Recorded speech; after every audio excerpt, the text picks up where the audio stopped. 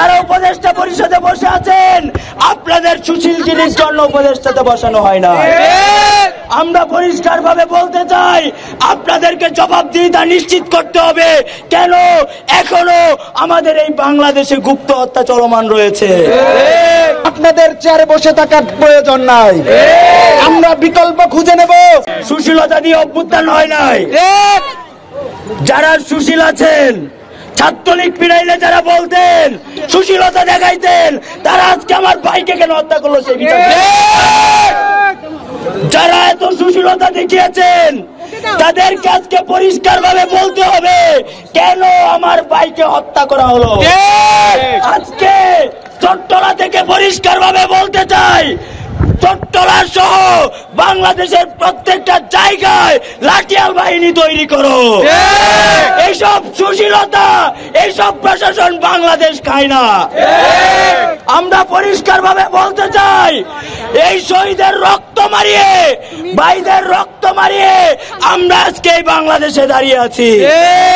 আমরা শুধু মুখে বলছি আমরা শহীদ, কিন্তু আমাদের অনেকেরই কার্যক্রমের ভিন্নতা দেখতে পাচ্ছি। যারা উপদেষ্টা পরিষদে বসে আছেন আপনাদের সুশীল জিনিস জন্য উপদেষ্টাতে বসানো হয় না। আমরা পরিষ্কার ভাবে বলতে চাই আপনাদেরকে জবাবদিহিতা নিশ্চিত করতে হবে কেন এখনো আমাদের এই বাংলাদেশে গুপ্ত হত্যা চলমান রয়েছে। আমরা দেখেছি আমাদের অনেক ভাইদেরকে 5 আগস্টের পরে বিভিন্ন ভাবে বিভিন্ন সময় হামলার শিকার হতে হয়েছে। আমরা পরিষ্কার ভাবে বলতে চাই আমরা পাবলিক বুঝি না, আমরা প্রাইভেট বুঝি না, আমরা গ্রাম বুঝি না, আমরা শহর বুঝি না, আমরা নগর বুঝি না। আমরা বুঝি আমরা আমাদের একজন সহযোদ্ধাকে হারিয়েছি। আমরা বুঝি আমরা বাংলাদেশের একজন নাগরিককে হারিয়েছি। আমরা পরিষ্কার ভাবে বলতে চাই এখনো যারা প্রশাসনে বিভিন্ন জায়গায় বসে আছে এবং নীরব দর্শকের ভূমিকা পালন করছে তাদেরকে ছাঁটাই করতে হবে। একটা 16 বছরের রেজিমকে আমরা পালিয়ে যেতে বাধ্য করতে পেরেছি। এখন যারা এখনো এই চেয়ারগুলোতে বসে থেকে নীরব দর্শকের ভূমিকা পালন করছে যদি প্রয়োজন হয় তাদেরকেও লেজ গুটিয়ে পালিয়ে যেতে বাধ্য। আমরা পরিষ্কার ভাবে বলতে চাই প্রশাসনের যে সকল চেয়ারে এখনো স্বৈরাচারের দূষণেরা বসে আছে দায়িত্বশীল যারা রয়েছেন উপদেষ্টা প্যানেলে যারা রয়েছেন আপনারা নির্বিঘ্নে কাজ করতে পারেন, বুকের সৎ সাহস নিয়ে কাজ করতে পারেন, তাদেরকে নির্মূল করতে বাংলাদেশ আপনাদের সাথে আছে। কিন্তু আমরা এই বাংলাদেশে আর কোনো ভাইকে হারাতে চাই না।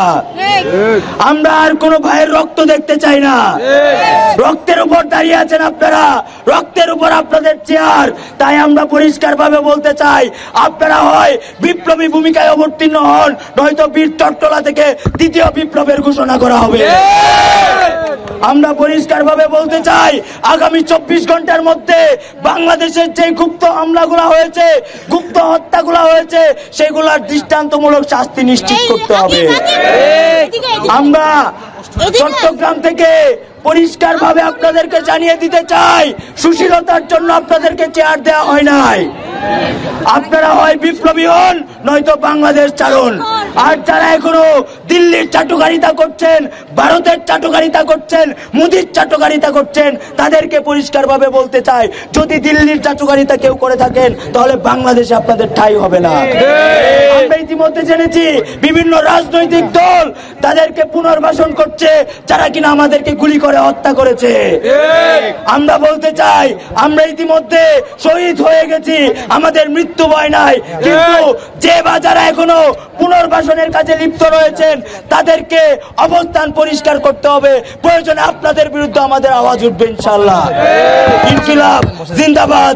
জুলাই গণঅভ্যুত্থানে যারা সম্মুখ সারিতে থেকে যুদ্ধ করে জীবন বাজি রেখে আত্মত্যাগ করে জীবনের মায়া ত্যাগ করে জীবনকে উৎসর্গ করে এই বাংলাদেশ থেকে 15-16 বছরের ফ্যাসিস্ট সরকারকে উৎখাত করার জন্য পরিবার ছেড়েছেন, নিজের প্রিয়জন ছেড়েছেন, নিজের জীবন দিয়েছেন, তাদের খুনিদেরকে এখন পর্যন্ত গ্রেফতার করা হয় নাই। যাদেরকে গ্রেফতার করা হয়েছে তাদেরকে এখন পর্যন্ত দৃষ্টান্তমূলক শাস্তির আওতায় আনা হয় না। এখন পর্যন্ত তারা কারাগারে শান্তিতে বসবাস করছে। মনে হয় তাদেরকে কারাগারে আতিথেয়তা করা হচ্ছে। আমরা স্পষ্ট করে বলতে চাই, বাংলাদেশের অন্তর্বর্তীকালীন সরকারের উপদেষ্টা মণ্ডলী, আপনাদেরকে আমরা শুধু বাংলাদেশের এই সব অরাজকতা দেখার জন্য আমরা বসাই নাই। আপনারা দ্রুত সময়ের মধ্যে এই গণঅভ্যুত্থানে যারা আমাদের ভাইদেরকে শহীদ করেছেন তাদেরকে আইনের আওতায় আনুন এবং তাদেরকে ফাঁসির দড়িতে ঝোলান। স্পষ্ট করে বলতে চাই, এখন পর্যন্ত বাংলাদেশের আইন শৃঙ্খলা রক্ষাকারী বাহিনী তাদের যে নীরবতা পালন করছে, এটা আইন উপদেষ্টার একদম ব্যর্থতা। আপনাকে এই ব্যর্থতার দায় নিতে হবে। যদি দ্রুত সময়ের মধ্যে এই সব খুনিদের বিচার করতে না পারেন, আপনি দায়িত্ব হস্তান্তর করেন। আমরা আপনাদেরকে শুধু দেখার জন্য এখানে বসাই নাই, আপনাদেরকে বাংলাদেশ জেলে সাজানোর জন্য বসানো হয়েছে। আপনারা যেভাবে নীরব দর্শকের ভূমিকা পালন করছেন, মনে হয় আমাদেরকে আবারও গণ আন্দোলনের ডাক দিতে হবে। মনে হয় আমাদেরকে লাঠিয়াল বাহিনী হতে হবে। মনে হয় আমাদেরকে তিতুমির হতে হবে। মনে হয় আমাদেরকে মঙ্গল পাণ্ডে হতে হবে।